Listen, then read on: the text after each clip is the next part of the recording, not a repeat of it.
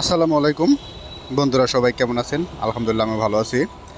গতকালকে গেছিলাম একটু জামগড়া থেকে জামগড়া চৌরাস্তা থেকে একটু ভিতরে গিয়ে দেখি আমরা রাস্তার এই অবস্থা। মনে হয় যে আমরা পদ্মা সেতুর উপর দিয়ে আমরা গাড়ি নিয়ে যাচ্ছি।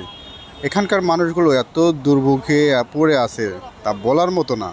আমরা তো গিয়ে অবাক যে ঢাকা শহরে এমন একটি জায়গার মধ্যে মানুষ বসবাস করে যে যে পানি বের হওয়ার মতো কোনো ব্যবস্থা নাই। এখানকার মানুষগুলো খুবই কষ্ট করে দেখে কালকে অনেক কষ্ট লাগলো। মানুষে পরে লোকজনের কাছে জিজ্ঞেস গেলাম, ভালো ভাই, এখানকার মানুষগুলো আসলে খুব দুর্ভোগে আছে যে মানুষ যে দোকানে যাবে সে পরিস্থিতিটাও নাই এই জায়গায়। এতটা কষ্ট করে এখানকার মানুষ যে রাস্তার যদি অবস্থা থাকে, পানি বের হওয়ার কোনো ব্যবস্থা নাই। আমি সরকারের প্রতি দৃষ্টি আকর্ষণ করছি যাতে এই রাস্তাটি পানি সংস্কারের কাজগুলো যেন করা হয়, যাতে এখানকার মানুষগুলো একটু আরামে থাকতে পারে এবং সুন্দরভাবে জীবনযাপন করতে পারে, সেই প্রত্যাশা করি। দেখতে পারতেছেন আসলে খুবই কষ্টজনক, অটো রিক্সাগুলো তলিয়ে যায়। আমার ভিডিওটি যদি ভালো লেগে থাকে অবশ্যই লাইক কমেন্ট করবেন এবং শেয়ার করে দেবেন।